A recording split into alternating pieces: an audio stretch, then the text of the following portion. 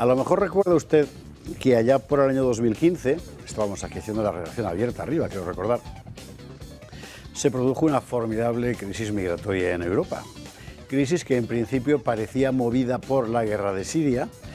Refugiados sirios, se nos decía, enseguida se vio que los sirios eran una pequeñísima parte del contingente que se agolpaba en las fronteras de Europa, que la mayor parte de los sirios se quedó en campos de concentración, porque no eran otra cosa, que Turquía colocó previo pago de la Unión Europea en su territorio, mientras se abría aquí la puerta a una cifra de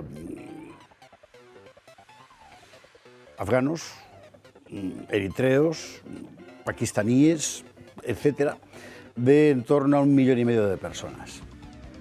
De en torno a 1,5 millones de personas.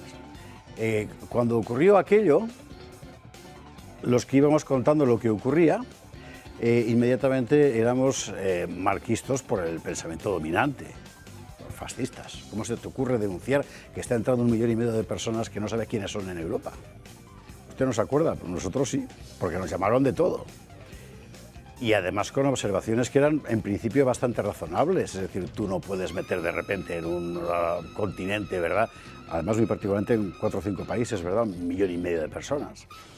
Esto crea problemas sociales evidentes, no sabemos quiénes son, vienen de un entorno muy violento, muchos de ellos, y 4 ya son muchos, ¿verdad?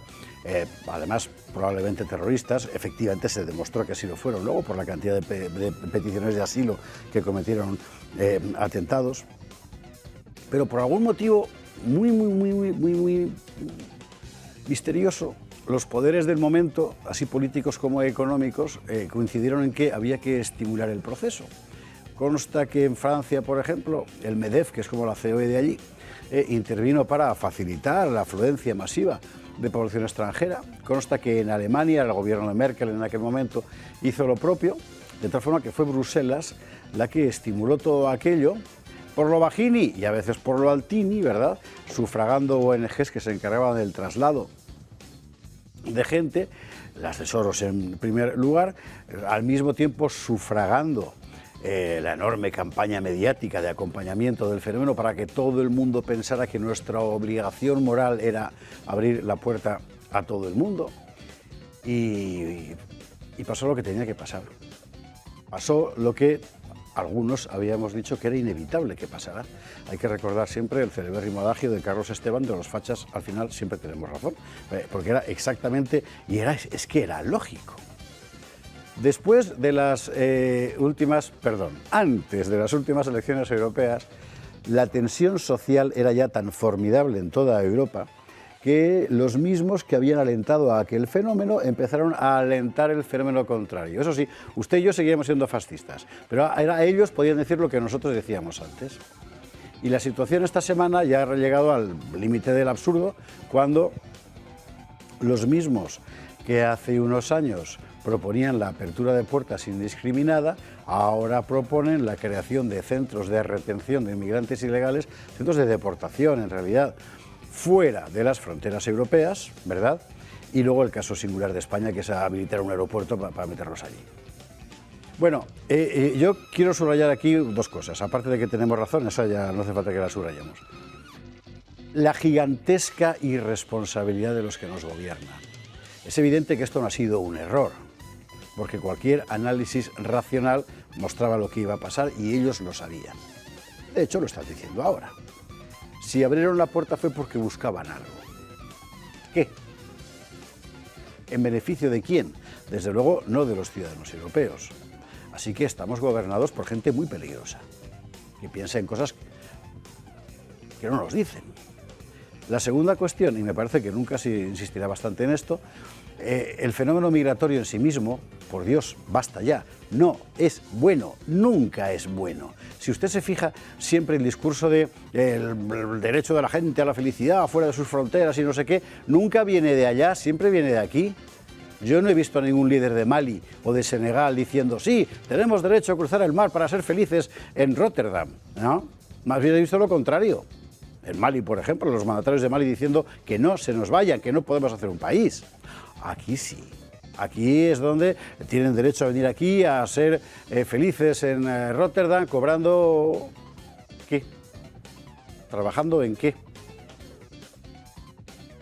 Lo cual nos lleva, por cierto, al mismo punto de partida, es decir, los que nos mandan tienen en la cabeza algo que no nos cuentan. Lo cual nos obliga a nosotros a arañar en la oscuridad, ¿verdad?, tratando de encontrar dónde está la cuestión. Y aquí hay razones de carácter económico, hay razones de carácter ideológico, seguramente hay razones que van muchísimo más allá de todo esto.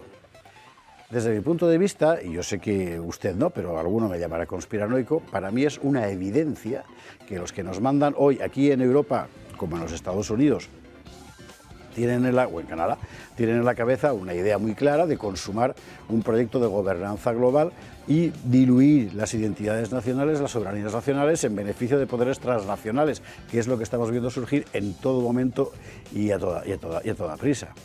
Para esa mentalidad, evidentemente, un mundo sin identidades es mucho mejor. ¿Por qué? Pues porque aceptarán un solo poder y una sola identidad a la que el poder te pone. El gran combate desde el punto de vista doctrinal, no ideológico de nuestro tiempo es precisamente ese. Recordar que uno tiene derecho a mantener viva su nación, que uno tiene derecho a formar parte de un grupo, de su grupo al que él pertenece, que uno tiene derecho a vivir con la gente que es como él, con la que han vivido sus padres, sus abuelos, sus bisabuelos, sus tatarabuelos. Y ese derecho no nos lo puede quitar ningún mandamás de un lado o de otro. Ahora estamos en la fase de la rectificación seguro temporal.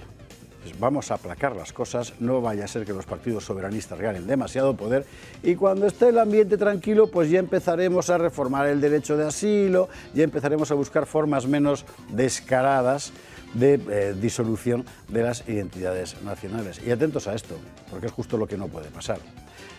Porque si algo bueno ha traído esta gigantesca frivolidad de nuestras élites, ha sido que millones de europeos han redescubierto la importancia de seguir siendo lo que son. Eso es lo que debemos quedarnos en la mano, procurando que esa llama no se extinga.